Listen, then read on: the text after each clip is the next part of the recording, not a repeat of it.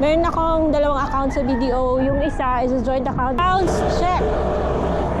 Transactions involving checks are very serious. In serious cases, yung in-assure mo ng cheque at Tumalbog, they can take you to court. So, how about my future loan applications, my credit cards, my any future applications sa loans?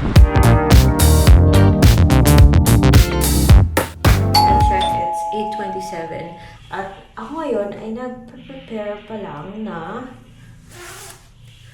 mag-bike. Imagine, yung iba, aga-aga pa nagsisimula. Ako ngayon pa lang. Magsasunblock lang ako, guys. So, yesterday, as promised, nung Sunday, nung eat all you can kami sa Jinlong, as promised, nag-run talaga ako the next day. So, out ka pala sa Zion Design sa sila yung gumawa ng jersey. Meron din akong white nito, but I'm wearing black today. So, ayun guys, meron pa atlet na logo. So, inunahan ako ng asawa ko dun sa isa, yung photochromic na gamit ko the other day. So, I will use this instead. Kailangan ko lang punasan kasi matagal na rin hindi ginamit. So, magkakapilang pala ako guys bago ako lumabas ng bahay. Alam mo, kagabi umulan ng malakas. Kaya yung laundry namin, andito ulit sa loob. Ako lang talaga pang soft drink later. Just a quick ride naman, hindi naman ako kakain somewhere eh. So, uwi ka agad ako. Pero just in case kailangan mag-soft drink, I have barya. Yun, natalbogan ako ng cheque. Oh my gosh, talaga. Hi! So, wait lang. Oh, bida-bida ka pero ayaw mo namang humarap sa camera. Ano ba? Paano ko makakapagsapatos niyan? Eh, nasa harapan ka, hinaharang mo. Ano ba yan? So, dito ka. Iwan ka sa bahay. So, nagsasapatos na ako, guys. And, ako, guys, kailangan ko talagang lumabas. Okay, so mga alas 9 na time check. We're finally out the door. So it's just a short ride, pero outside na siya talaga ng subdivision. We're now here on the National Highway going north, guys. Nasa Talisay portion. Dahil papunta na tong Talisay proper, guys, so medyo mabusy na. So you'll be seeing less of me, more of the road until makaupo tayo. Pero liliko tayo dun, no, sa dulo para iwas traffic. So kaka-right turn lang natin, mga guys. Actually, mas mabuti nga a little later na ako lumabas ng bahay because this place is less busy kaysa nung lumabas ako sa time na rush hour kasi may malapit na school eh. 5 km din yung road na to ha before we reach the crossing dun sa dulo. Regarding dun kasi sa kwento about sa natalbogan ako ng cheque, ito kasi yun guys. Meron akong dalawang account sa BDO. Yung isa is a joint account between me and my husband. And then yung isa is a checking account. And basically nakalimutan ko mag-fund ng pera doon. Maglipat ng pera doon sa checking account. So, meron kasi kami na-close na deal sa lupa. And it was a really good deal. And 7 years to pay siya. Straight monthly. Saan ka pa makakahanap ng ganon? 0% interest. Hirap makahanap ng gano'n at katabi na ng bahay namin. So why not, diba? Ganito kasi yan. Yung may-ari kasi, marami siyang mga lots na binibenta. And the couple, they're on their retirement age na.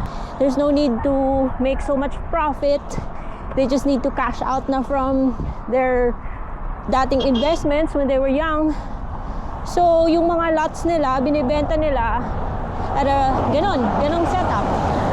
So, we got one of their properties, yung katabi ng bahay. And part of the agreement was mag-i-issue ng post-dated check. Siyempre, para hindi na rin siya mahirapan sa pag-collect every month. So, may contract din. It's a totally legal deal. Nag-issue ako ng post-dated check.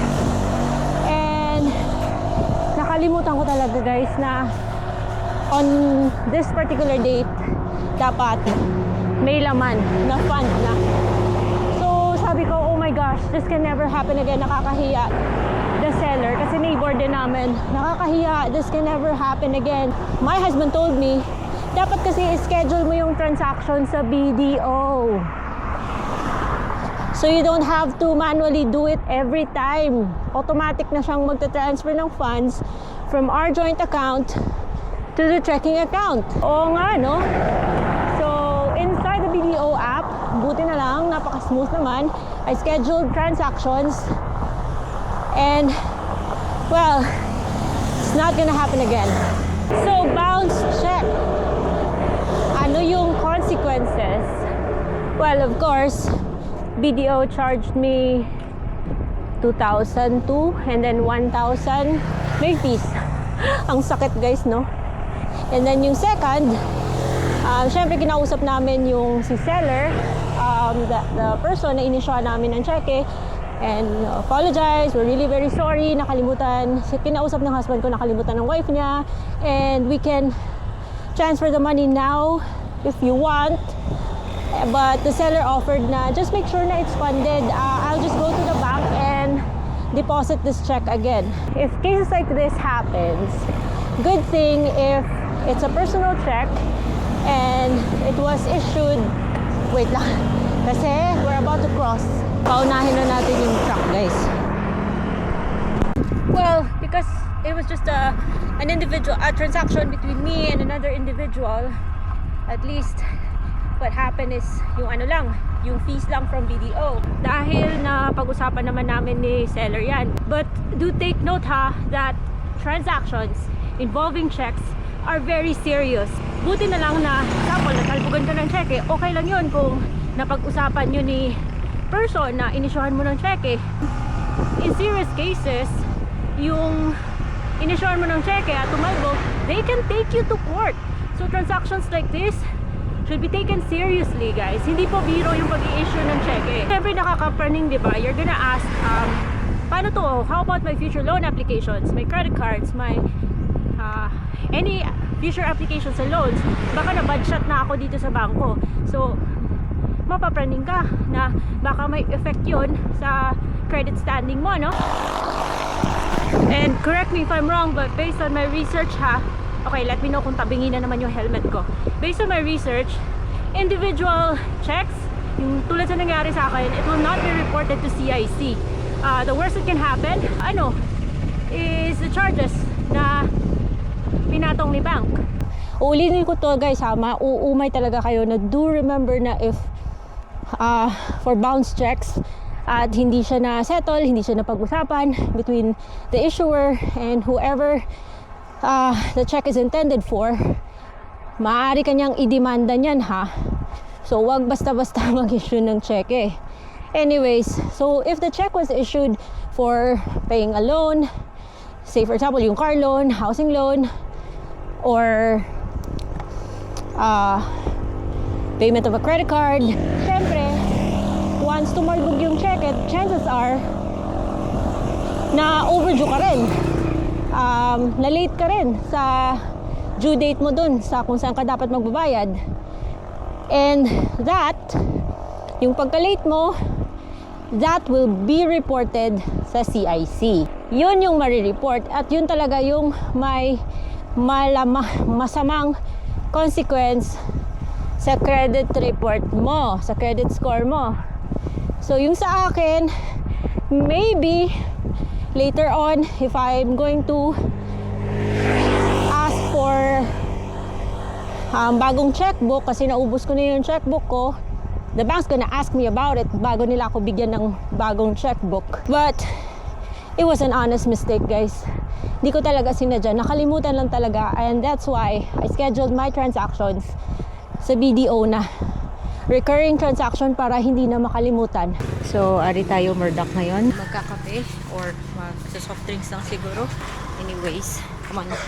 So, ito yung Murdoch where usually mga bikers ngayon do their quick stop. Wala nang cyclist ngayon dahil late na. At nakalimutan ko yung water bottle ko, guys. So, quick stop lang tayo dito. Nakwento ko sa inyo na tumalbog yung check na in-issue ko, and these are the things na kailangan natin consider. Ganito na yung life natin kasi may prepare tayong event. And I really hope na next year maka-Tokyo or Osaka Marathon ako. But we'll see. I'll tell you more about it. Siyempre, libre lang namang mangarap, diba? So what we don't want to happen is ma-dehydrate. So kahit na yung feeling mo hindi ka pa nauuhaw, uminom ka na. Dahil yung body mo mahihirapan na yung mag-absorb ng whatever kapag yung naano ka na. Kapag dumating sa point na nagbong ka na, naku, mahihirapan talaga mag-recover. So while you're still not hungry, you're still not thirsty, constantly uminom na ng tubig. Gym pa kami later. Ganon. Ganon yun.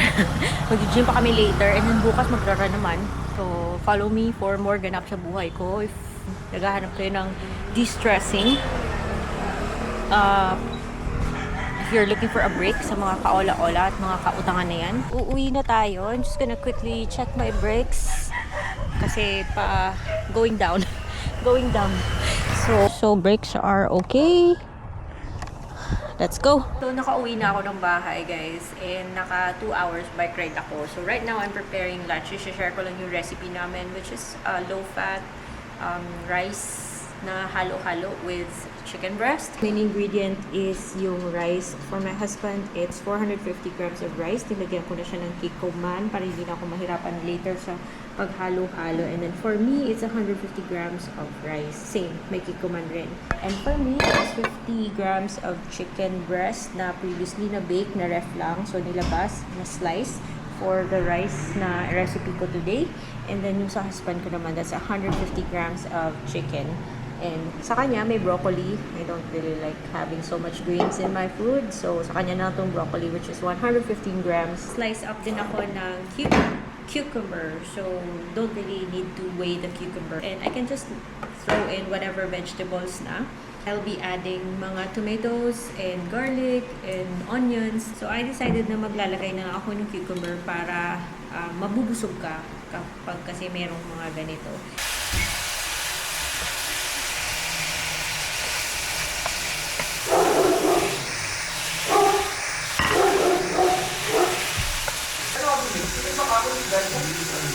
Dasigla na malaya daan. Ang kayo ay madalor no.